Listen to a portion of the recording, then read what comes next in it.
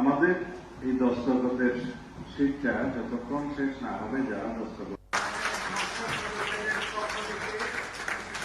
এই প্রস্তাব সমর্থন করছে।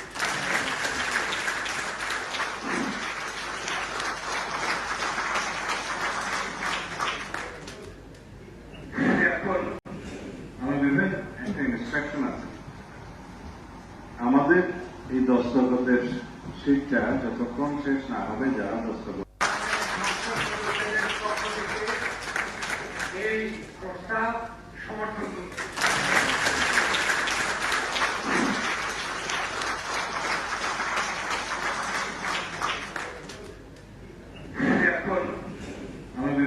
একটা ইনস্ট্রাকশন আছে, আমাদের এই দস্তখতের শিক্ষা যতক্ষণ শেষ না হবে যারা দস্তখত। বাংলাদেশের ত্রয়োদশ জাতীয় সংসদ নির্বাচনে বিজয়ী বিএনপি নবনির্বাচিত সদস্যরা মঙ্গলবার সকালে শপথ নিয়েছেন। মঙ্গলবার বেলা 11:15টার কিছু আগে ঢাকার জাতীয় সংসদ সচিবালয়ের শপথ গ্রহণ কক্ষে শপথ নেন। শপথ বাক্য পাঠ করা হয় প্রধান নির্বাচন কমিশনারের পক্ষ থেকে। তিনি শপথ বাক্য পাঠ করান এম নাসির উদ্দিন। এ বিষয়ে প্রথমে সংখ্যাগরিষ্ঠ দল হিসেবে বিএনপির সংসদ সদস্যরা শপথ নেন। কিছুক্ষণের মধ্যে জামাতে ইসলামী এবং পরবর্তীতে জাতীয় নাগরিক পার্টির অন্যান্য দলগুলো স্বতন্ত্র সংসদ শপথ বাক্য পাঠ করেন। গত 12 ফেব্রুয়ারি ত্রয়োদশ জাতীয় সংসদ নির্বাচনে 300টি আসনের মধ্যে 299টি আসনে ভোট গ্রহণ হয়, যার মধ্যে 297টি আসনের ফল ঘোষণা হয়। নির্বাচনে 297টি আসনের মধ্যে 212টি আসনে জয় পেয়েছে বিএনপি। ফল ঘোষণা স্থগিত থাকা দুটো আসনেও দলটির প্রার্থীরা এগিয়ে রয়েছেন। বিএনপি শরিকরা জয় পেয়েছে 3টি আসনে, অন্যদিকে জামাতে ইসলামী জয় পেয়েছে 68টি আসনে। জামাতে নেতৃত্বাধীন 11 দলীয় নির্বাচনী ঐক্যের শরিকরা পেয়েছেন 9টি আসন। তাদের মধ্যে এনসিপি 6টি, বাংলাদেশ খেলাফত মজলিস 2টি আসনে বিজয়ী হয়েছে।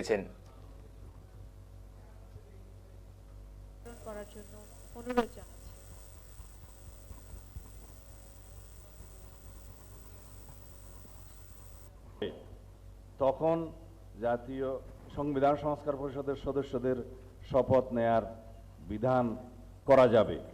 বিধায় আমরা এখন সাংবিধানিকভাবে এই পর্যন্ত আমরা এসেছি, আমরা সংবিধান মেনে এই পর্যন্ত চলছি এবং আশা করি সামনের দিনেও চলব। আমি মাননীয় চেয়ারম্যানের নির্দেশে ওনার উপস্থিতিতে আপনাদেরকে এই আমাদের দলীয় সিদ্ধান্তটা জানালাম। ধন্যবাদ সবাইকে।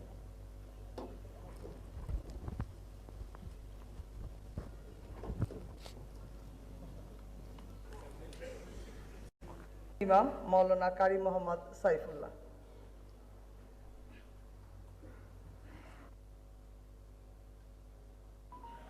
কেননা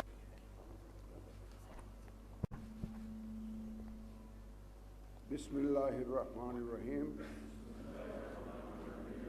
ত্রয়োদশ জাতীয় সংসদের সাধারণ নির্বাচনে নির্বাচিত মাননীয় সদস্যবৃন্দ, আসসালামু আলাইকুম। আপনাদেরকে আন্তরিক অভিনন্দন।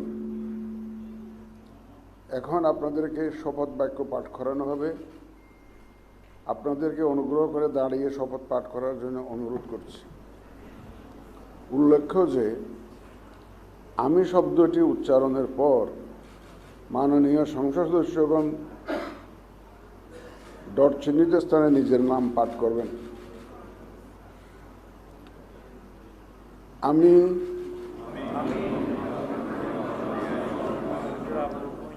সংসদ সদস্য নির্বাচিত হইয়া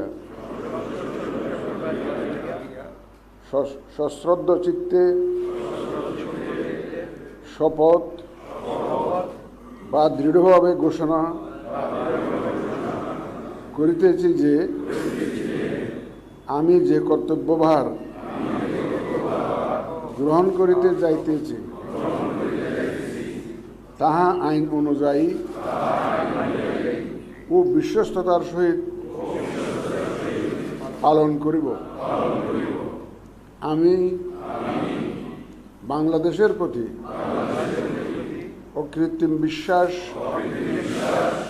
ও আনুগত্য পোষণ করিব এবং সংসদ সদস্যরূপে আমার কর্তব্য পালনকে ব্যক্তিগত স্বার্থের দ্বারা প্রভাবিত হইতে দিব না। ধন্যবাদ আপনাদের সবাই।